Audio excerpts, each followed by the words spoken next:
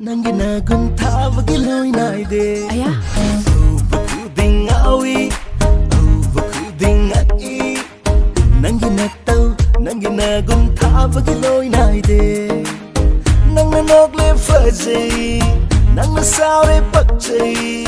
Nang nanog le fazay, nang nasaw le pagchay. Nangi na tau khuding makum hay gum na yeng na re. Oh lay sabi. Nang sayam na fajay ko, oh lay sabi. Nang sayam na ningki ko, nang buru papakansing, layong kanda na nare. Nang buru papakansing, yaong sin bakaw na re.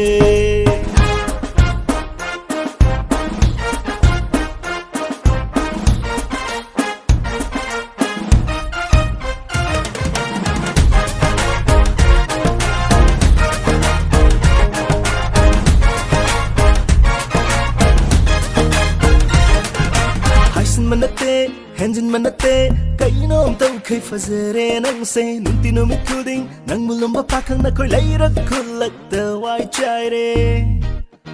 Oh yeah. Haisin manate, hanjin manate, kainom tau kay fazere nang se nung tinumit kuding nang mulong bapakang na ko'y layrak kulak taway chayre. Atubu nang se ay tagi oy ningi, atubu nang se ay kaki oy ningi.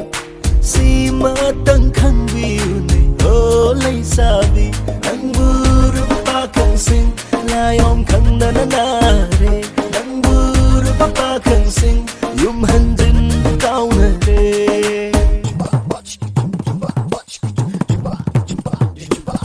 Ay sumanglan ko ding ure nang ginang siba ding aure.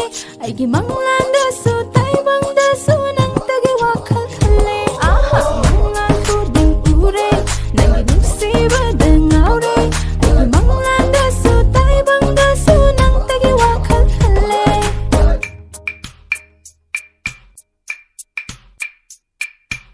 Nangi mai thong se thazani thazu ngambi mai thongi nangi miss na di sajini saji mita ngambi nangi kuchu di sanani sanabu ngambi kuchuni nangi khong thang di kangani kanga khong thang ngambi ni bum bum tarati nangi thambau pabom ni ngaroi sabani kalak na famoi bini.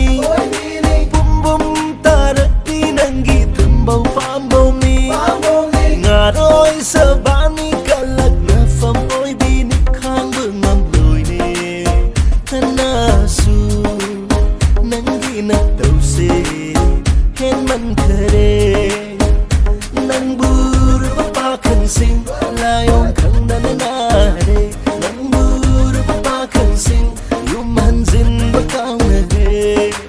Oh lay sabi sayam na fajay ko, oh lay sabi nang sayam na ningki ko, nang buru papakang sing layong kang nananare. Nang buru papakang sing yumhanjin bakaw na re. Oh lay sabi nang sayam na fajay